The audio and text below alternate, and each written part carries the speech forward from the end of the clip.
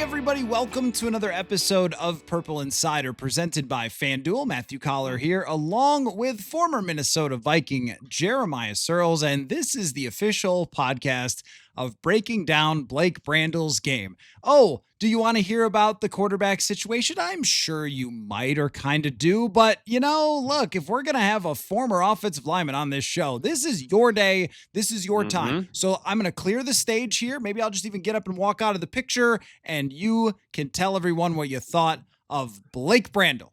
Go. There will be no Blake Brandle slander in this podcast or going forward. And let me just say this. I know you're a PFF guy, read your book, fantastic. I'm done with those idiots. I'm done with the way that they grade offensive linemen. It makes no sense to me.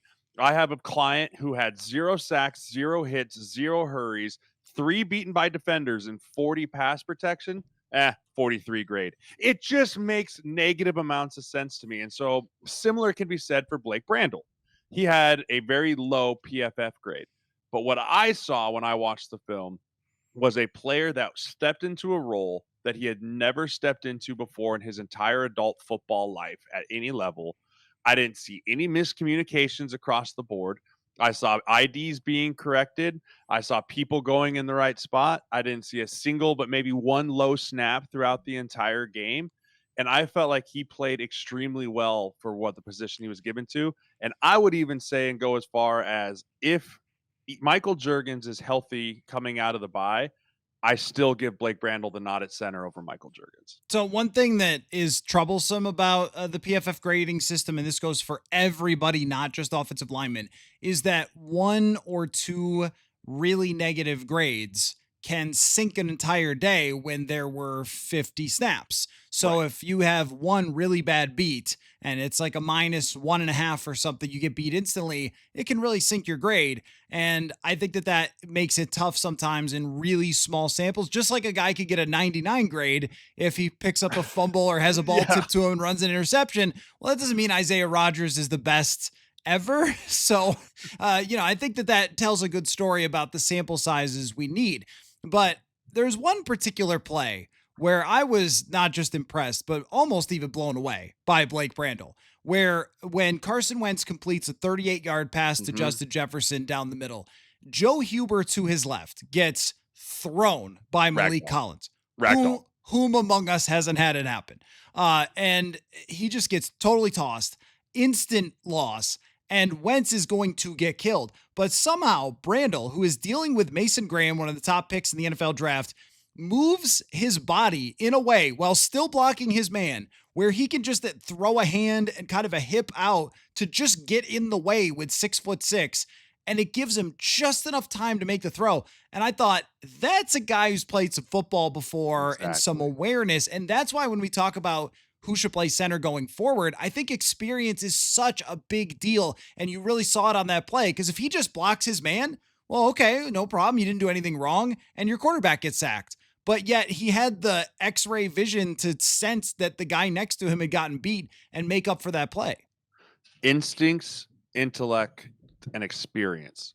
Those are the 3 biggest things you have to play center position in the NFL. Blake Brandle has all 3.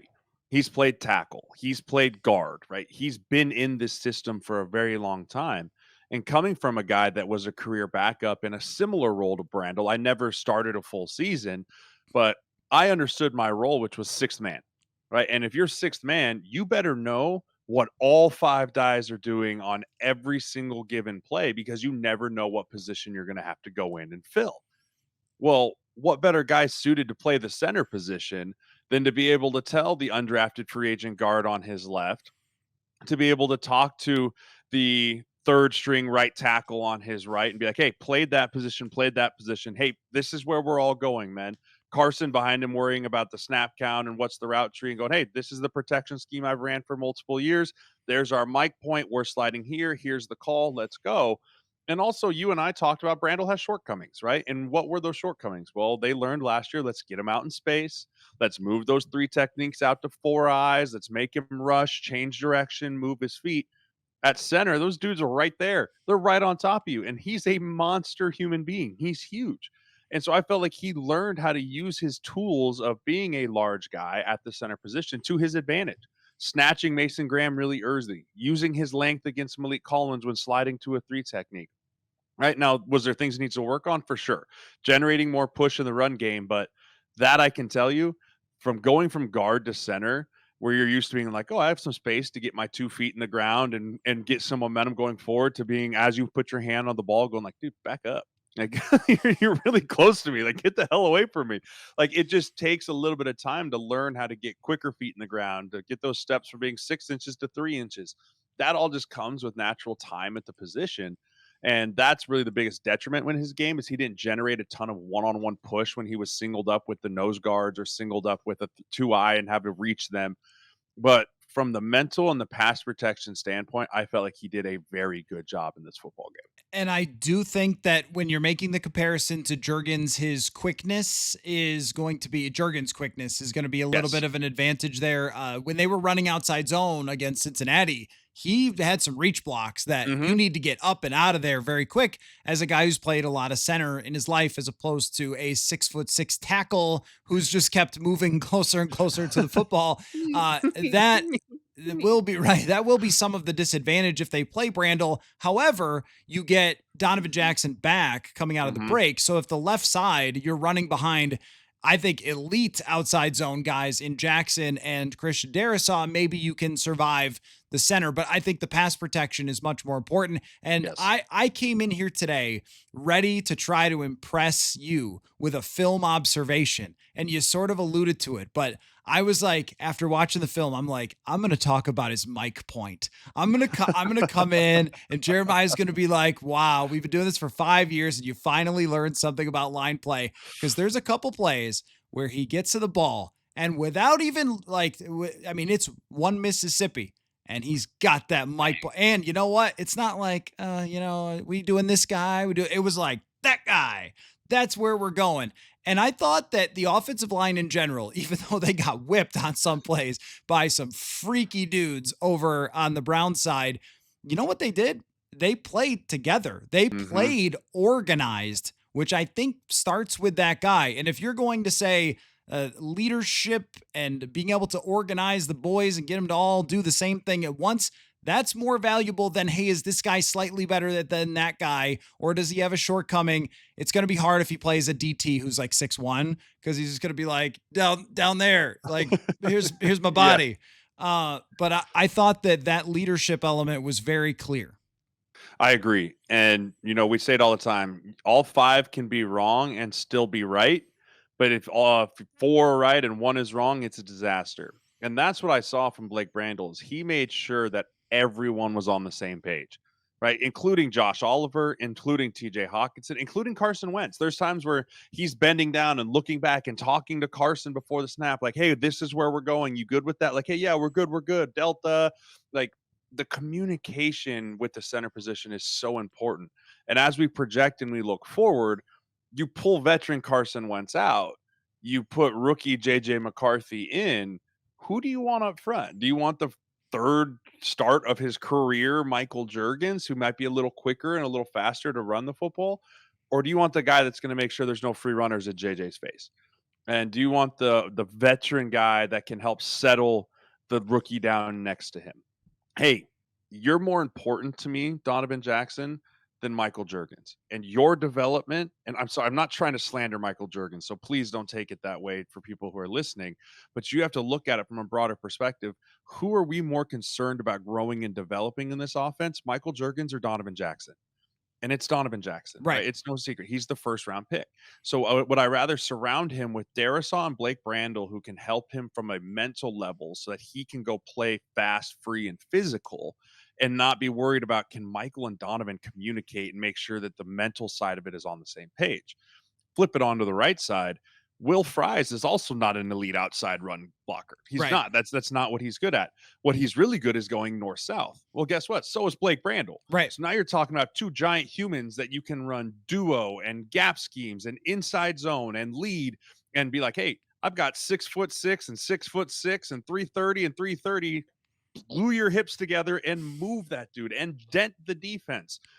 That is something that you're gonna be able to look at as if I'm Chris Cooper and go, hey, we can run some big time interior run stuff with Jordan Mason and with CJ Ham getting back inside now and not have to get on the outside. And then, oh, yeah, we can still pin and pull Brian O'Neill. We can still pin and pull Darisaw.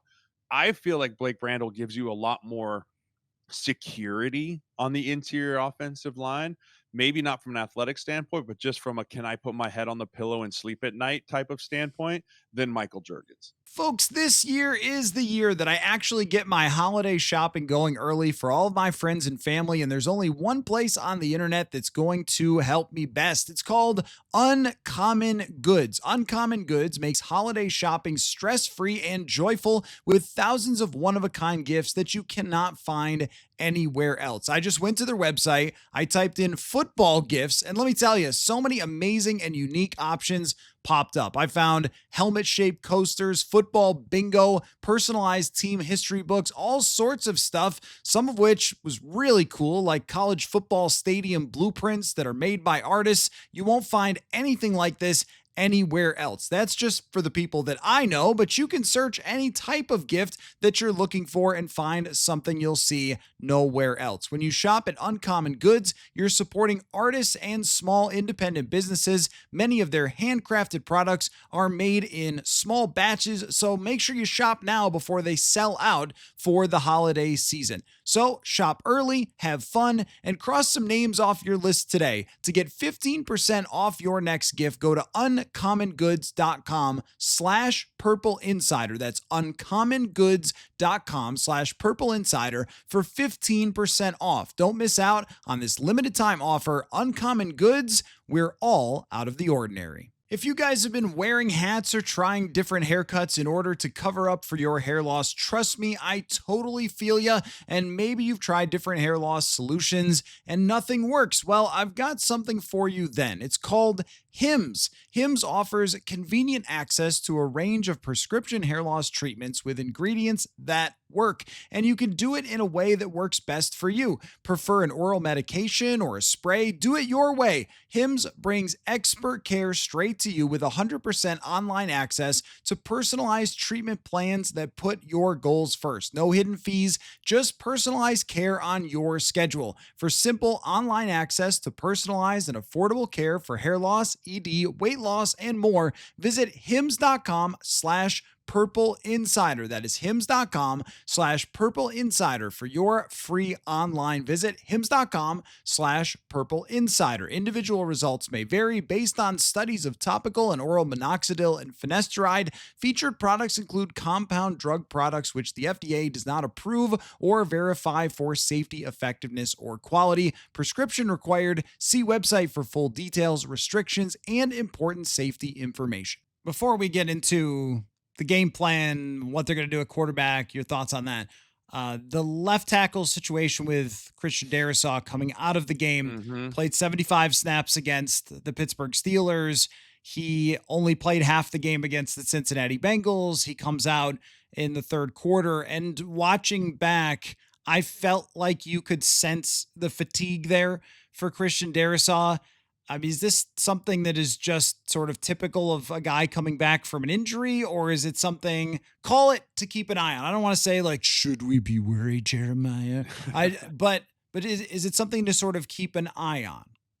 I think it's for sure. It's something to keep an eye on. And I don't necessarily, and I don't want, I'm not calling Kevin O'Connell a liar, but I don't think the idea that he reached his pitch count, time to pull him out of the game was really what actually happened. If I had to guess, and again, watching the tape, I go back to the third down play where I think it was Hawkinson or Oliver chips Miles Garrett. Miles Garrett kind of runs around the hump and then chases Carson went down for like a 1 yard gain. And I'm watching, I'm like, man, Darisaw's not moving great. Like he's not jumping out of there and using the chip to his advantage and closing the space and getting hands on Miles and letting Miles run the humps, not something you usually see Christian Darisaw do. I think again, full projection of what I think happened, he tweaked something or he felt something either in his knee, his hip, something with that leg, and went to the coach and goes, something doesn't feel right. And I don't want to risk something not feeling right now and going back out there and making now week 5 turn into I'm not back till week 10. I'm not right. I'm not good. I'm not where I need to be. I can't go back in and give the best to this football team right now. We need to move with a different option. Because if it truly was a pitch count, quote unquote, here, you do that in the first and second quarter. Right. You take some plays off of them and you check in. Hey, how you feeling? Right. How's it feeling? You feeling like you're good to go? You feeling like you're going? You let Walter Rouse go start the third quarter and be like, "Hey, you good coming out of halftime? Are you warm enough? Do you feel comfortable enough?" Because the idea that you're on a pitch count and then midway through the third quarter in a gotta have it type of game, season changing type of game, you're gonna go, "Okay, Justin, you go to left, Walter, you go to right, and we're gonna have this three-way musical chairs rotation here, and then we'll finish the game." Doesn't make a ton of sense to me, and I think that Kevin O'Connell didn't want to comment on that because he probably in the moment during the game didn't get a full debrief of, hey, what's going on with CD. It was probably trainers going, hey, CD doesn't feel right. He doesn't think he can go back in. Okay, let's put everyone in. He doesn't have the full picture, didn't want to put a comment. Like, you could tell Kevin O'Connell's like, just get me back to home soil before I do it. Like, get me off of this plate. I can't eat another plate of bangers and mash. Like, I gotta go, man. I think that was probably more the likely scenario of what happened. Well, and I have said before that it's not under Roger Goodell's rules for him to tell us every single thing that he knows Correct. after a post game. But I don't. It's very hard when it comes to injuries because I always want to be careful there. I don't want to say one thing happened if I'm not No. 100% sure, but it doesn't really match maybe the common sense to have him on a pitch count where he doesn't play in the most key moments against the best pass rusher in the world. So I think that with this situation in general, speaking broadly, that guys recovering from ACL injuries, we always just are like, ACL, you'll be fine. Just get right back. But, we've seen a number of players, struggle to have the same sort of burst the minute that they come back and they need some time. Yes. TJ Hawkinson, I'm not sure has it back at all. I think he's still been okay this year, but I don't think it's quite that jolt that he had before the ACL injury. It was really nasty. Even Delvin Cook struggled in 2018 after coming back from that ACL injury. Like we've seen this a lot of times where it is not as instant as people act like it is. And also, playing 50 snaps in an NFL game versus the absolute best in the world. I mean, I just, how do you even explain? How do you explain what you need to do to be in shape to play that many snaps? Yeah, I mean, it's one thing to go out there and play 60 snaps against the Bengals when you're beating the living tar out of them and you're just running the football and you're just kind of leaning on guys. It's a whole different ball game where every single rep you're getting the best of the best. Right? Every single rep, you know that if I'm not on my top-notch game against this dude, he can make me one of the best left tackles in the NFL look like a moron. Like he's that good. And the other piece going back to the ACL recovery, I had an ACL. I tore my ACL when I was 17. And it's not as much about the physical coming back to it. It's between the years. It's do I trust this leg again? Do I trust fully that all the rehab that I've done and all the strengthening that I've done and all the doctors telling me, hey, your leg's good, right? Everything's fine. You're medically cleared. Do I trust it to stick in the ground and stop Miles Garrett? Right. Do I trust it to drive off as hard as I can and try and forcibly push on one leg that I tore my ACL on? And in my brain, I still remember the sound of that pop and the feeling of that knee, the unstableness of when that ACL gave. Do I trust that? And that's the hardest thing to come back from as an athlete is the mental side of I can't be thinking about my ACL and my leg when I'm trying to block Miles Garrett. And Right. if I am, I'm not going to be able to block him. And that for me is when Christian Darrisaw says, I feel something in my knee, whether it's my ACL, whether it's my quad fatiguing because it hasn't had this much load on it, whether it's my hamstring, like something on my left leg or, yeah, his left leg doesn't feel right. And if that's the case, I can't go out there and do it. And it's not he's a thing or anything like that. That has nothing to do with it. It's talking about when you're an elite level athlete, you can't afford to be thinking about your body. You can only afford on the snap that's in front of you, on the process that's in front of you, the person that's in front of you. If you're thinking about anything else, you're already beat before the ball's even snapped. And so I have no problem if that was actually the case. I have no problem with Christian Darrisaw going out there because he probably would have ended up hurting his team more than helping him in that moment. Right, and Walter Rouse, you have to give him credit. Both games that He stepped he's up. yeah, He he did stepped a up great hugely. job. And they were moving Garrett a little bit from left to right. I think they were trying to get him against School early on, which makes sense. But no matter who you're facing on that Cleveland team, and Rouse showing some of his development both times he's been asked to come in and to survive just overall a game where you had to play four backups is pretty wild. As far as Darisaw, I guess the only thing is that you hope he's going to be able to get back to that Mhm. Christian Darisaw. And the surprising thing, and I know you were ranting about the PFF grades, still graded well in the game. I mean, Yeah. he still overall played a very good game. But if he decided this isn't working for me at this moment, it could be worse to go out there and then get beat in a key spot as opposed to letting the veteran, Justin School move over to left tackle. And a lot of heroes in that game up front. And also heroic, though, is Kevin O'Connell and his game plan. And here's what I want to talk about, though, because I'm writing an article about this, and I'm fascinated by it because we've broke down a lot of different. Hey, Kevin O'Connell, stop. Hey, we got to give him credit on his trick play, by the way. But hey, stop. It's 3rd and 14. You don't have to try to get this. Like, just throw it underneath and don't be a crazy person. But when it comes to clutch play calling, when it comes to, hey, Sam Darnold needs a drive, or even, my gosh, Nick Mullins almost pulled one off against the Lions, except for he threw it right to the guy. But Jefferson was wide open.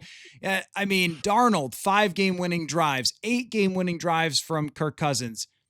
Explain to me what you see from his clutch play calling. And also, you have been on the field for these game winning drives and the chaos that goes on there. Like, why does this work so often for him as a play caller? I think it's because he's willing, he doesn't like it, but he is willing to adapt to the players that he has. And it takes him some time, right? We said it last week, like, hey, buddy, you got to stop with the whole Carson Wentz big arm down the field thing. It's not going to work, right? You had a great opening script. And then when the wheels started coming off, you kind of got away from that and they lost that football game. I felt this week he's stuck with the opening script. He's stuck with the things that, hey, this is what Carson is good at. This is what we know Carson can operate. These are the things. We'll move the pocket. We'll get him out on the edge. We'll get the quick game going. We'll continue to just do what he does. And then, even when we get into the clutch moments at the end of the game where you got to have the moment, he didn't go, okay, time to dig into the Kevin O'Connell bag of tricks, baby. Here we go. He went, all right, back to the openers, right? What worked? What worked early? What are the plays we wanted it circled at halftime and said, we're going to get back to this, right? We're going to continue to work on this. Okay, let's get back to this route concept out of this formation and change the look. And he stuck with the game plan. He didn't deviate from the plan this week. And I think same can be said when he had Kirk Cousins, when he had Sam Darnold. Those dudes' game plans were so different than Carson Wentz, right? Because he knew what they could do with the pushing the ball down the field and the trust factor.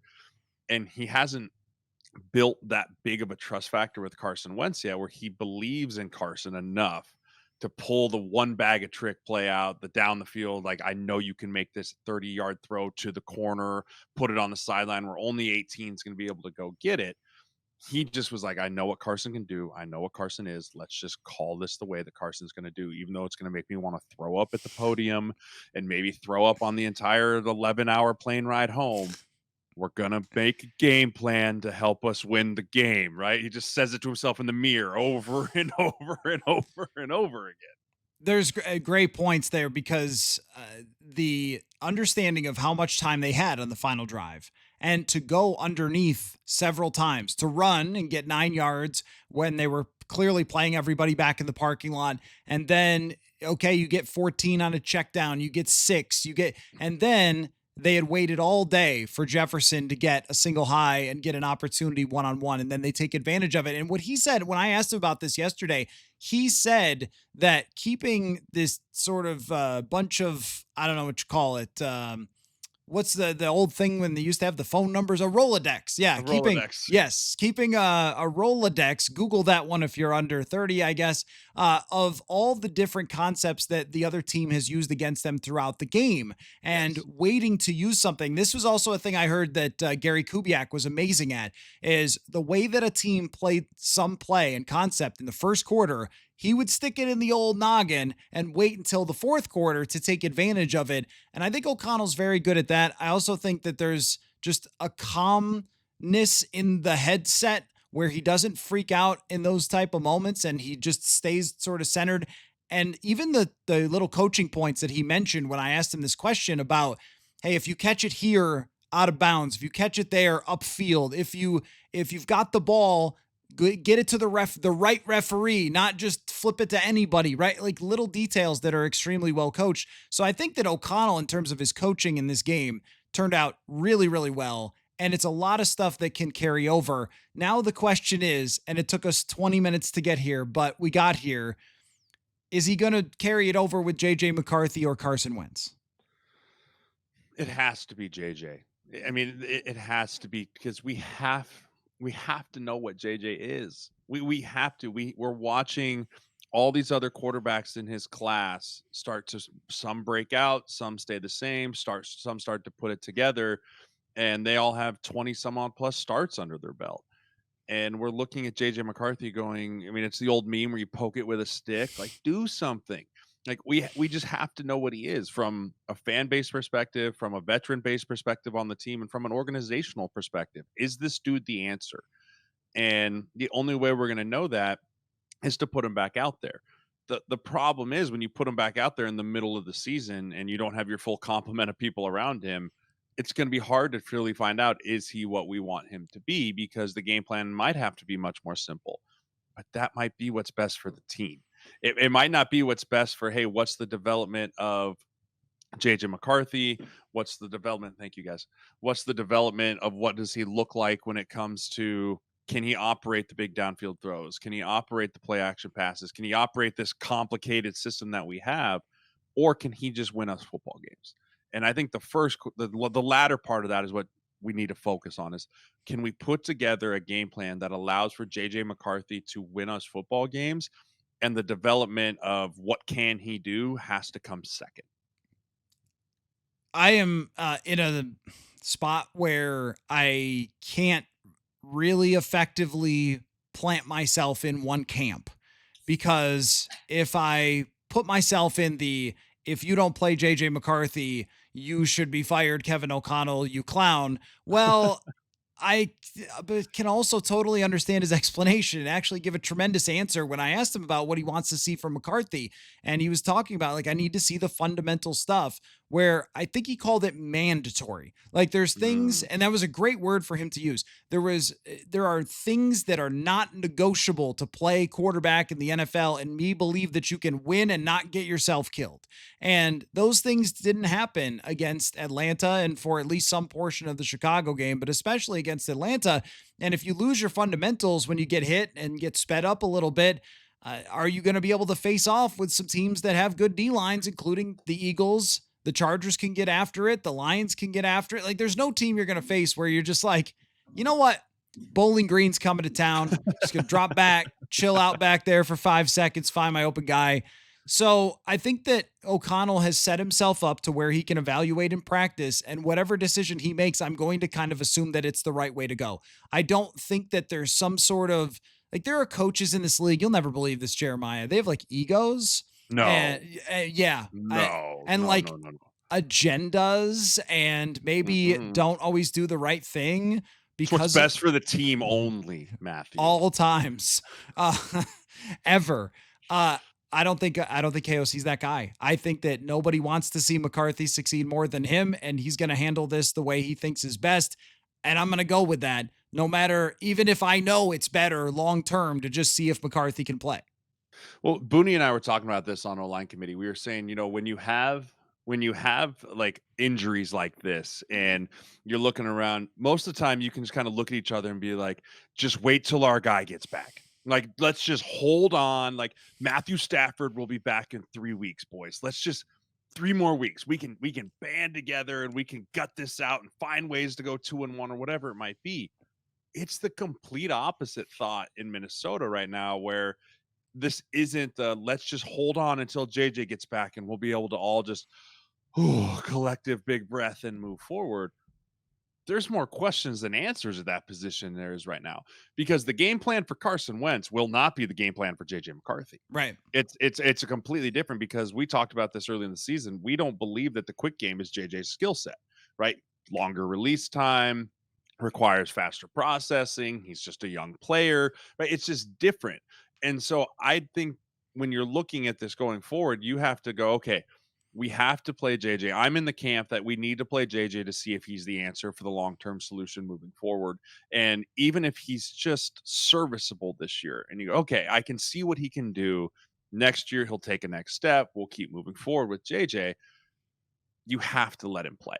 Now, if he starts becoming the reason we're getting into late October, or we're getting into November, and it's very apparent and obvious that we're losing football games because of JJ McCarthy, you then have to look at where you are as a team, as a situation, and be able to look Justin Jefferson and to look Gernard and Harrison Smith in the eye and say, I'm going to do what's best for the football team, which to get us a chance to get a wild card spot and put ourselves in position to win the playoffs, it's going to be Carson Wentz.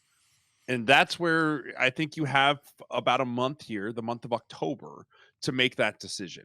And you need to see if JJ's the guy or not. And we're never going to see it through training camp practices. We're never going to see it through preseason. You're only going to see it through Sundays in the fall. There is an alternate way to handle this that I hadn't really thought of until right now, which is because we've sort of made this like come out of the bye, he better be playing or else, yada. But when we look at the way the schedule plays out, you could have Carson Wentz take on the next section of games and then decide where you think you are as a team. Mm. So if you, let's say that you play these next three, you win 2 out of 3, you're sitting there at, what does that make them? 5-4? Four. No, that doesn't make sense. Five, I five mean, and three, five five and and three, three, 5 and 3, five five and and three. three. And you're looking at the schedule where maybe the Ravens don't look as good. And, you've got some division games. You got to go to Lambeau and you're like, all right, 5 and 3, we're still really in this. And then he falls apart for 2 games in a row. You're a 500 team. You're like, okay, well, this is kind of who we are. There is not much of a chance that Wentz is going to end up being Jeff George and take us to the playoffs. So why don't we go back to McCarthy and then he could play? I mean, if you've gotten through 10 games, then you're still going to have 7 to go. And that's a pretty good sample size to work with. And it doesn't force him to play 2 games in 4 days right out of this thing or have the pressure of all the veterans, because I think that that's a great point where you have a locker room full of veterans. And if you go back to the young guy and it doesn't work and then you're benching him and then like you might want to kick the ball down the road a little bit here and just see how this plays out first. Because let's say you win the next 3 and you upset Detroit in Detroit and Wentz plays great. Like, okay, well, maybe this is a real season then. As much as I don't think that is a great scenario, like great likelihood scenario. Probabilities aren't high. And at the same time, who are we talking about? What Yes. franchise? That might be an alternate way to look at it. Yeah, and I don't think you're wrong there either. It's just such an interesting predicament. Like you don't really know which way is the best way to lean, and this is why Kevin O'Connell wears head ball coach. Yes. This is why those dudes get paid the money that they pay, because these are job altering decisions. These are career altering decisions for players. I mean, millions of dollars on the line. Everything is just coming together into this storm. But I think because Kevin's been in the situation as a player where he's probably had to have these conversations of what's best for the team, what's best for me, what comes first. I do think that you look at it and you go, we named JJ the starter. Like he was named the starter. Now, yes, Carson wasn't here to compete and all of that, but we need to let the starter go back out and play with the starters and see what happens. And if come hell or high water, then we can truly bench him if things don't go well. Right. But for now, JJ McCarthy is the starting quarterback for the Minnesota Vikings if he is healthy. And that's where you got to go and go from there. Not as much well, he's healthy, but Carson's playing better. No, JJ McCarthy was the starting quarterback for this team. We will roll with him as the starter until his play, not his injury, gives us reason to bench him. I like it. I agree with it. And if O'Connell was asking my help, which he's not and shouldn't, I would probably say, "Hey, this is the guy that you watched all offseason and hitched your wagon to." And he did kind of note in there in his answer, like the guy, he's got to do the things we saw from him in Yeah. practice. So it's not like McCarthy is incapable of doing these things, and it's not like my eyes deceived me when I was watching him in training camp look very good. Also, sometimes guys have a really bad football game, and you have to go on to the next one. And if you just keep delaying it, you might get to the point where you're saying, how do we even have a sample size for him going forward? No better time than the present to find out with JJ Well, McCarthy. it also I mean, you have to ask yourself the question too, do we believe that Carson Wentz can win us a Super Bowl? Right. Like that because that's what it comes down to. Do we believe that if we start Wentz the rest of the season, we can hoist the Lombardi trophy? If the answer is not a very apparent 100% yes, then you got to play the kid. Then you got to play the kid. Now, if it was, yeah, I think he's having a big dick Nick type of season and he's not going to be able to be stopped and he's just, we're clicking, we're firing on all cylinders, we're blowing teams out and it's working, different conversation. Carson Wentz hasn't shown me enough to make me believe that he's going to lead this team to hoist a Lombardi. So go with the kid. Yeah. And I always want to say, just to toss in there to make sure it's clear, what a great job by Carson Wentz as the backup quarterback. It's It your job. phenomenal, That's your phenomenal. job. Like Well your done. job's to go like 500 or Yes, win three quarters of your starting games, and you'll extend your career another 4 years. Like Chase Daniel. I mean, it's exactly. just that's your job as a backup. Don't look completely unserviceable. A la Jake Browning's not going to have a job in the NFL Oof. next year. Tommy DeVito probably not going to have a job much longer.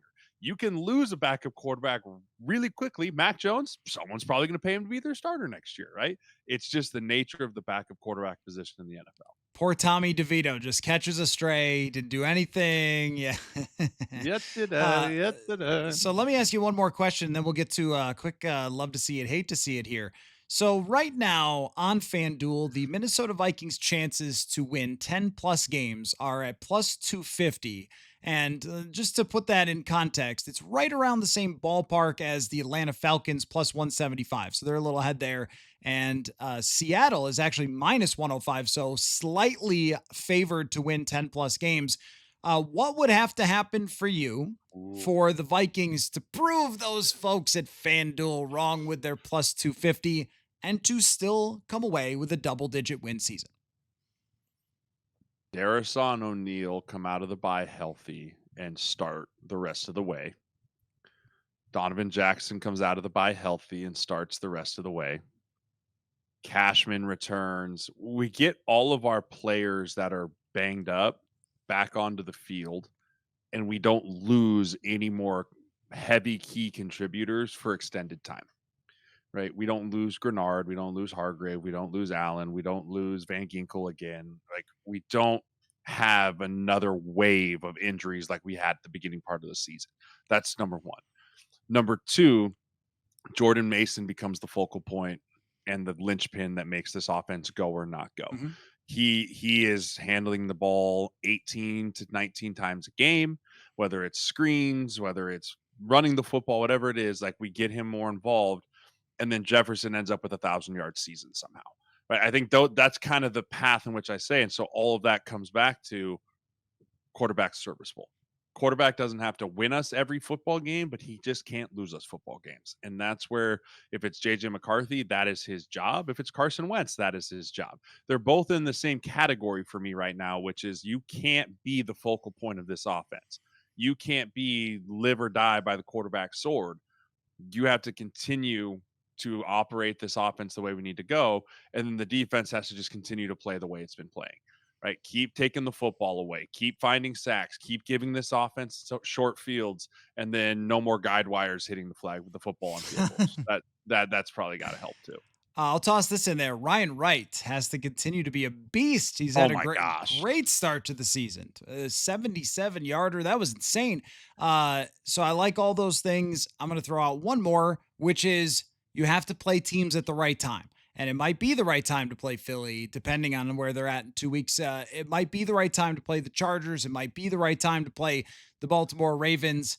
That these teams this year, nobody is running away with the league and you've got a chance every single week, but you've got to get like good matchups for them when you actually arrive at those games, like against Cincinnati, where you thought you were playing Burrow and instead you're playing Jake Browning. So Well, they're going to need some of that, I think, along the way. yeah, I mean, and it also goes back to we got really lucky we had the week 5 bye this year. Yeah. Like usually you hate this bye. As a player, you get the bye week comes out and you're like, "Oh gosh, dude, shoot me." Like this is going to be the longest death march through October, November, December and January. We got really lucky we had this early bye to try and get some of these dudes back so it's not a patch job this week, cuz I'll tell you this, if we had to start that offensive line that we played against last week, not sure that goes great against Philadelphia if Yeah. that's who we're playing this week. So really lucky to get the bye week when we did. Also, what makes me concerned about keeping guys healthy through the long stretch here on the end without another bye week coming up to say, okay, we'll have one more break in here. Rapid fire, love to see it, hate to see Yes. it. I'm going to start out with total madness. Just total madness. That's it. You know, Sean Payton goes for two. They win a game. You have Arizona fumbling away a Oh my touchdown. gosh. You have Trevor Lawrence falling down and running into the end zone. This week was the stupidest, and I enjoyed every minute of it. Good job, football. Oh, dude, you could take highlights from a lot of these games and put the circus music over it, like do do do do do do do. It'd be make total sense, right? It would make total sense, and you've got coaches uppercutting players, like it's which well deserved, by the way. I have no problem with what Jonathan Gannon did to Oh that running wow. back Okay. whatsoever. Also, I'm surprised he still has a job. Like Yeah, that was crazy. I Yeah. promise you, they're working out running backs as we speak on a Tuesday morning here in Arizona Cardinal football right now. Other piece, I'll do love to see it. James Franklin, you lost to a dude that didn't know how to turn the headset on and off during the entire football game for UCLA. Like this team has been abysmal. They were the only team in the FBS that had not led for a single moment through the entirety of college football. You go out and lose a heartbreaker to Oregon, you fly out to the West Coast, and then to double down on it in the post-game presser, you just start creating all kinds of excuses where you're like, this is on me, but we had to travel really far. We needed to emotionally recover from that last game, and basically throw your whole team under the bus, and then at the end of it go, but it all starts with me, and it all matters with me. James Franklin, you may be walking the green mile here longer, shorter than longer. I'm gonna go. Quick hate to see it is when I watch the broadcasts for the Browns and the Bills, they inevitably will show the future stadiums, Yeah. and they are indoors, and I am displeased every time I see it. I am enraged. What? Come on, you watched that atmosphere the other night in Buffalo, and you're like, you're Yeah. gonna put that indoors. Can you imagine had it been like a late fall, get a little snow going out there in Buffalo, a little flurry in the air? I know it was like 80 degrees for this game, but that whiteout, I mean, the atmosphere outdoors, like, I mean, like the Vikings playing a dome. It's okay if you have minus 10 degrees and everyone could freeze to death, but like, what? Buffalo, it's fine. Play in the snow. Cleveland, play in the snow, taking away some of the magic of the game for me. And I haven't accepted that it's real. So then when I see it, I'm like, no, no, how can I stop it? Can I do something? Can I go there? Can I tie myself to a tree Yeah. that's outside? No, they're going to play indoor football in Buffalo and Cleveland. And I lose a part of my soul when I see it.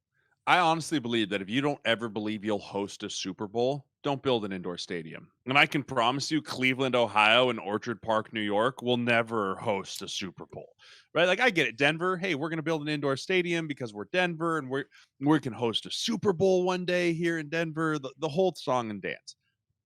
I agree. I miss like Lambeau. I got to play in a snow game in Lambeau one time, and it was just football bliss, like just pure Incredible. football bliss. You just love it.